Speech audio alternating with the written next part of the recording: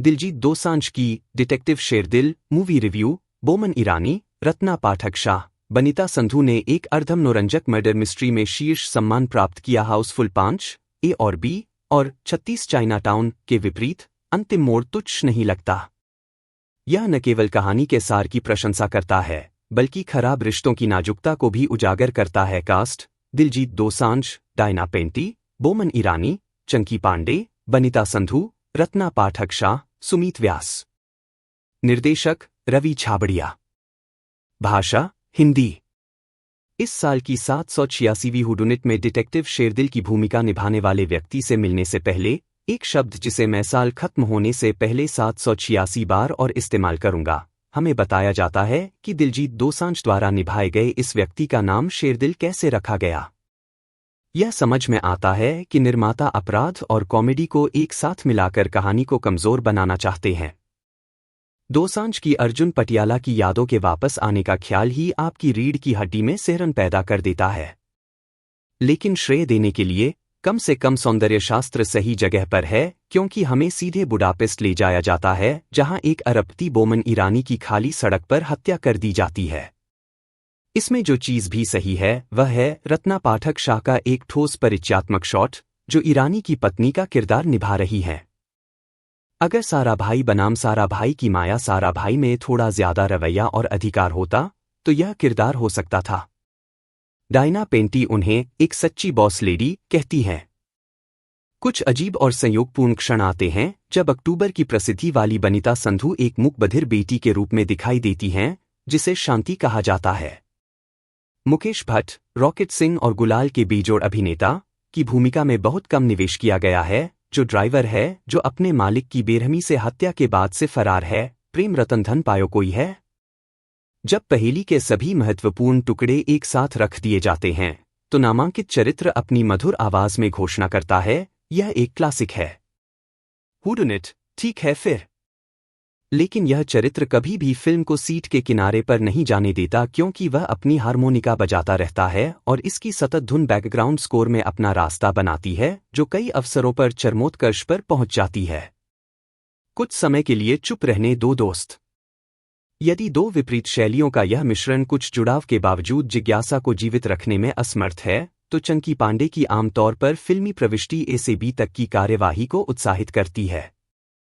अगर वह थोड़ा और मुस्कुराए होते तो वह बहुत अच्छी तरह से आखिरी पास्ता का आध्यात्मिक संस्करण हो सकते थे, जिसे आखिरी आस्था कहा जाता है, जैसा उन्होंने हाउसफुल 3 में किया था। बॉलीवुड कॉमिक थ्रिलर अच्छी तरह से नहीं बनाता है, क्योंकि यह बहुत भ्रमित हो जाता है कि पहले कौन सा बॉक्स टिक करना है। यही कारण है कि चुटकुले और झटके दोनों ही बेवक्त और बेमतलब लगते हैं। और वह दिखावटी द एंड धोखा जिसने पिछले साल नीरज पांडे की भूलने वाली सिकंदर का मुकद्दर को बर्बाद कर दिया था, यहां भी लौटता है। लेकिन कलाकारों की टोली बहुत ही आकर्षक है। दिलजीत दोसांझ, बोमन ईरानी, रत्ना पाठक शाह, सुमित व्यास, बनीता संधू और डायना पेंटी।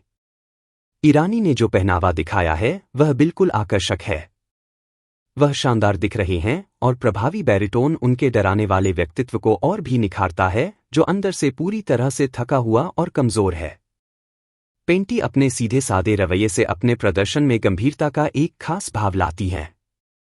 2012 में कॉकटेल में प्रभावशाली शुरुआत के बाद से वह फिल्मों के चयन के बारे में बेहद चयनात्मक रही हैं। लेकिन यह भी दर्शाता है कि उनके प्रदर्शनों की सूची विभिन्न शैलियों का कॉकटेल है, जिसमें कॉमेडी से लेकर ड्रामा और अब एक रहस्यमय कहानी शामिल है। संधू ने ध्यानपूर्ण और दिल को छू लेने वाली अक्टूबर में अपनी वनस्पति अवस्था में बहुत अधिक गंभीरता जोड़ी। यहां भी वह एक विकलांगता से विकलांग है, लेकिन इसका शानदार उपयोग करती है। और परिष्कृत शाह को देखना हमेशा आनंददायक होता है।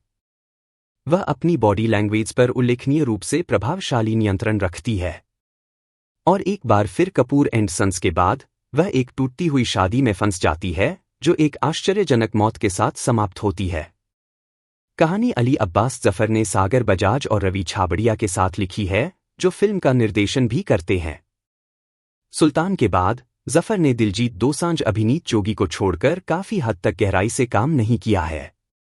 यह समझा जा सकता है कि दोनों एक थकाऊ और भावनात्मक रूप से आवेशित सहयोग के बाद मौजमस्ती करना चाहते थे, लेकिन गोली चूक जाती है। इसका मतलब यह नहीं है कि यह बेकार है। बिल्कुल नहीं। कौन सी रहस्य कहानियां हमेशा दोषी सुख साबित होती हैं? और हाउसफुल 5 ए और बी और 36 चाइना टाउन के विपरीत अंतिम मोड़ तुच्छ नहीं लगता।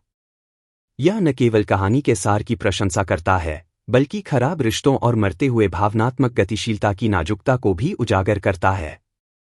यह उन ठोस अभिनेताओं के समूह के खोए हुए समय की भरपाई भी करता है, जिन्हें ऐसी फिल्मों में अधिक बार देखने की आवश्यकता है, जो विवेकपूर्ण तरीके से उनकी दृढ़ता और प्रतिभा का पता लगाती हैं।